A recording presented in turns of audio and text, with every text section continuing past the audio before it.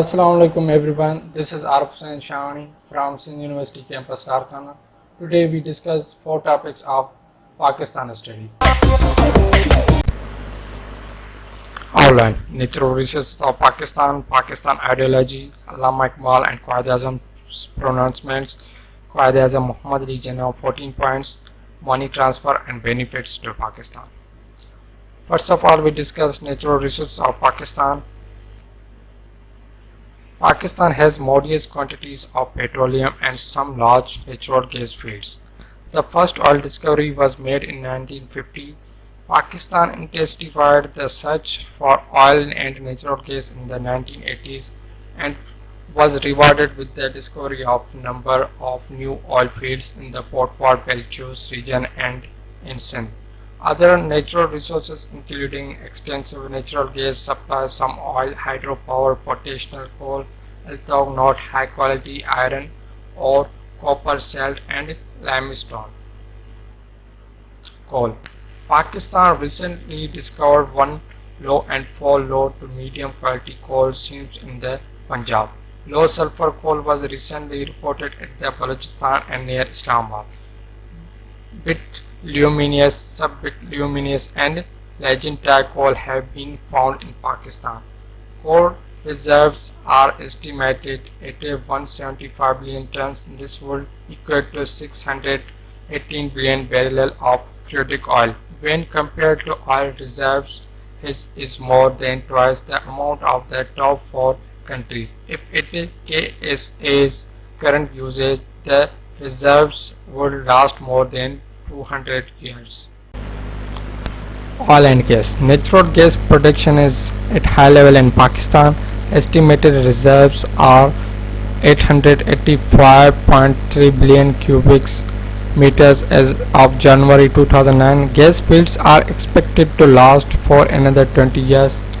The Sui gas field is the largest, accounting for 26% of Pakistan gas production. Daily production is 19 million cubic meters a day under the barren mountains of Balochistan and the sands of Sindh. There are untouched oil and gas reserves. Mining. Pakistan has large gold, copper ore deposits at Santek. There are large deposits of rock salt in the Potwar Belchus. Pakistan's mineral resources including reserves of gypsum, limestone, chromites, iron ore, rock salt, silver, precious stones, gems, marble, tile, sulfur, fire, clay and silica sand. Land. About 28% of Pakistan's total land area is under cultivation. Pakistan boasts one of the largest irrigation systems in the world. According to Wikipedia, the most important crops are cotton, wheat, rice, sugarcane, maize, sorghum, millets, pulse, oilseeds, barley, fruits and vegetables, which together account for more than 75% of the value of the total crops output. The fertile land of Punjab are ready to feed a population twice that of current Pakistan. Uranium. Pakistan has a long history of exporting small amount of uranium. In 2006, Pakistan produced about 45 tons of uranium. Water. The fishing industry plays a role in national economy of Pakistan. The coastline is 840 km and fishery resources still have room to grow. Fishing in Pakistan is a major source of export earnings. Second is Pakistan ideology, Allama Iqbal and Quaid-e-Azam's pronouncements. Both Allama Muhammad Iqbal and Quaid-e-Azam Muhammad Ali Jinnah were once staunch believers in the unity of entire India, but soon they realized that it is impossible to protect the interest of the Muslim nation in the united India.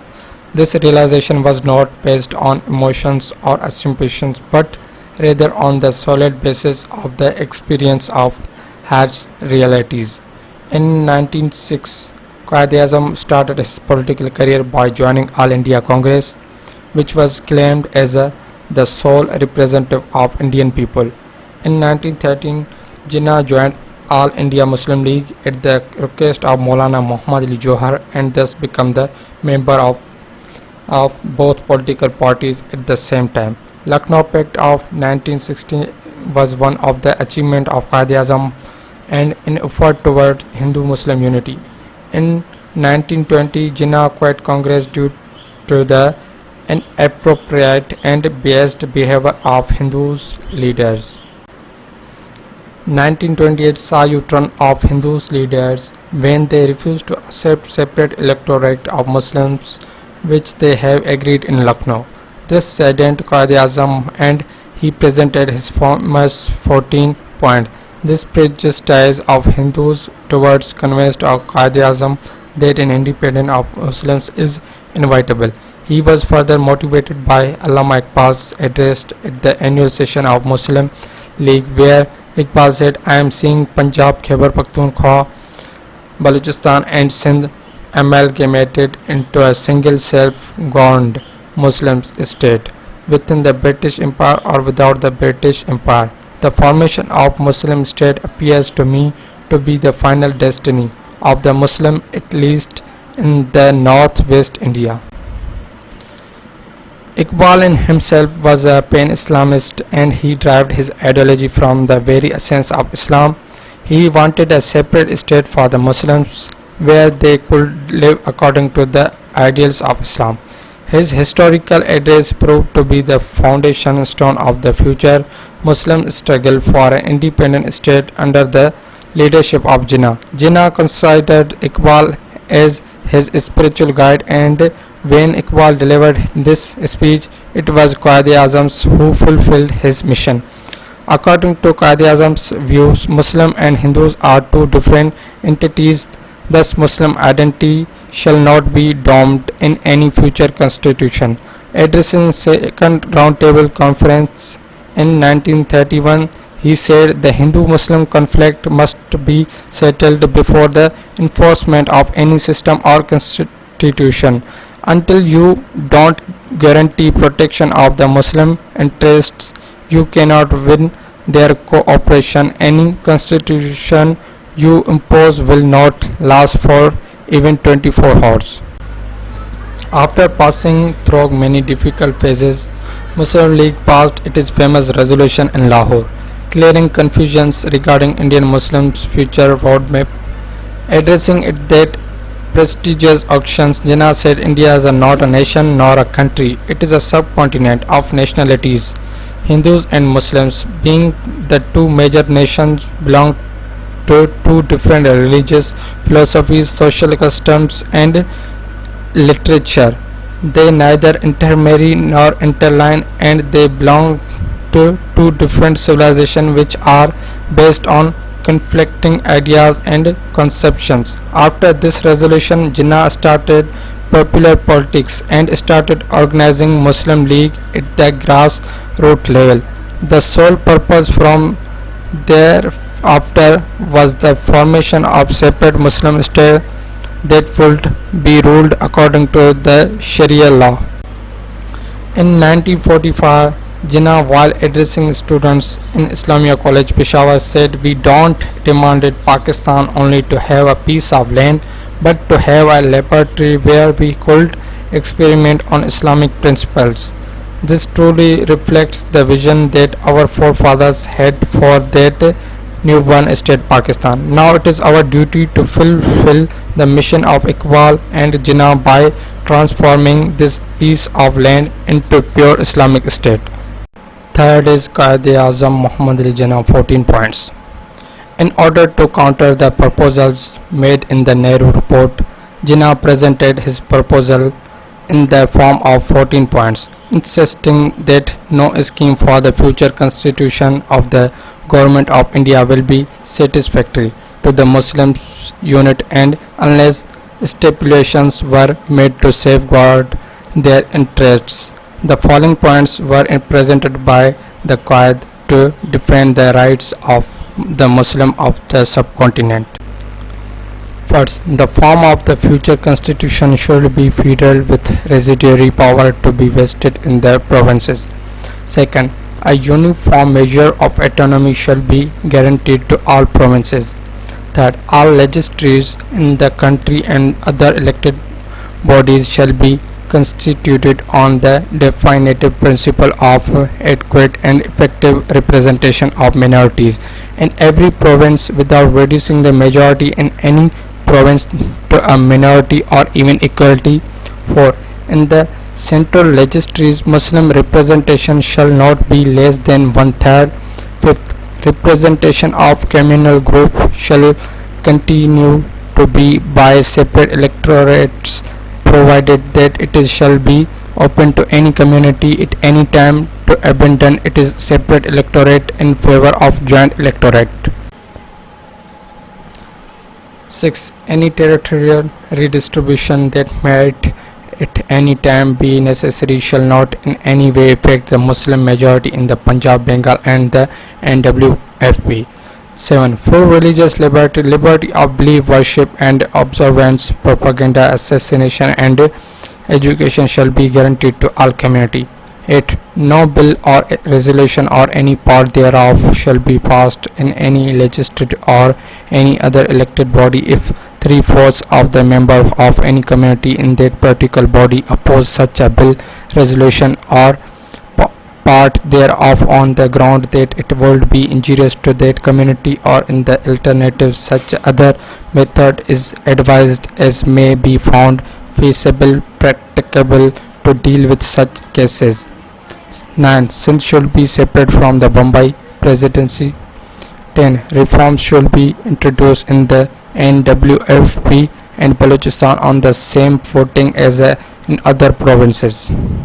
11. Provision should be made in the constitution giving Muslim an adequate share along with the other Indians in all the services of the state and in a local self-governing bodies having a due regard to the requirement of efficiency. 12. The constitution should embody adequate safeguards for the protection of Muslim culture and for the protection and promotion of Muslim education, language, religious and personal laws and Muslim charitable instructions, and for their due share in the grants in aid given by the state and by local self-governing bodies.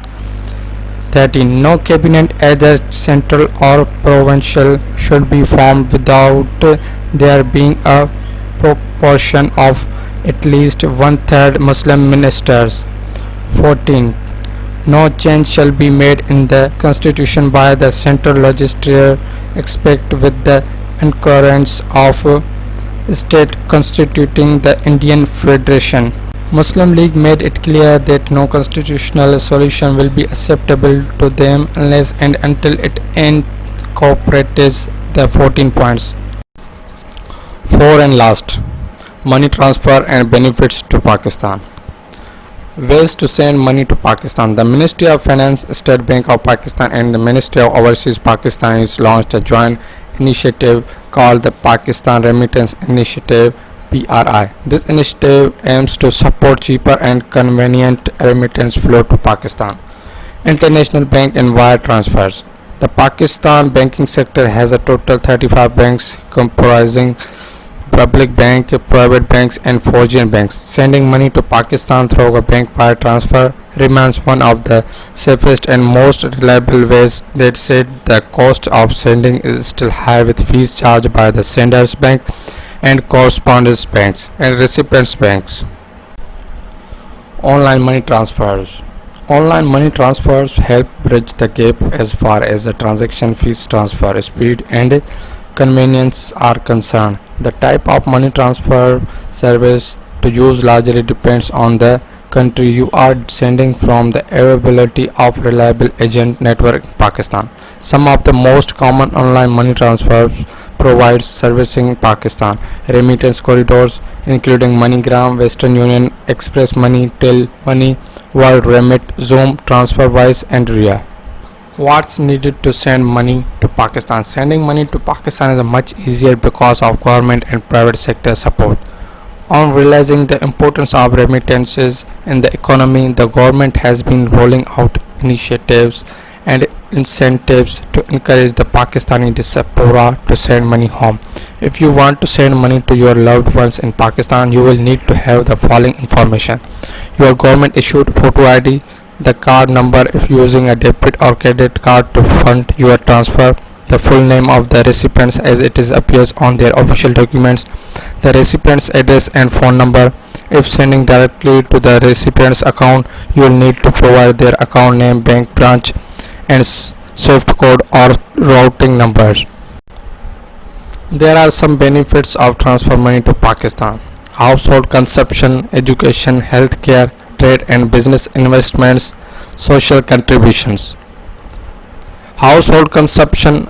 A household consumption survey carried out in 2010 and 2011 established that Pakistan remittances are mainly for consumption.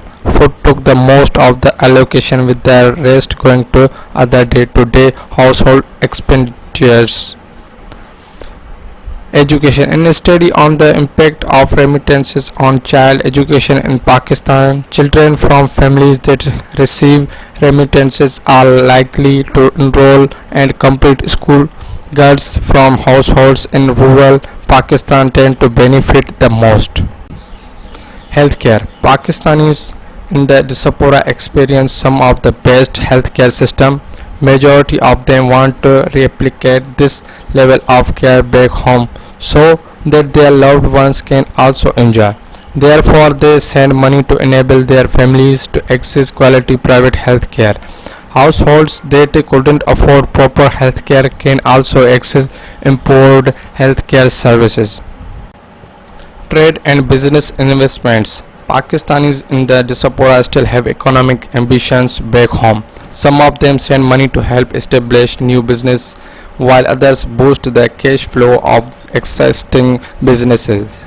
In particular, the trade and business objective has received increasing support from the government. Such ventures lift economic standard and create direct and indirect employment.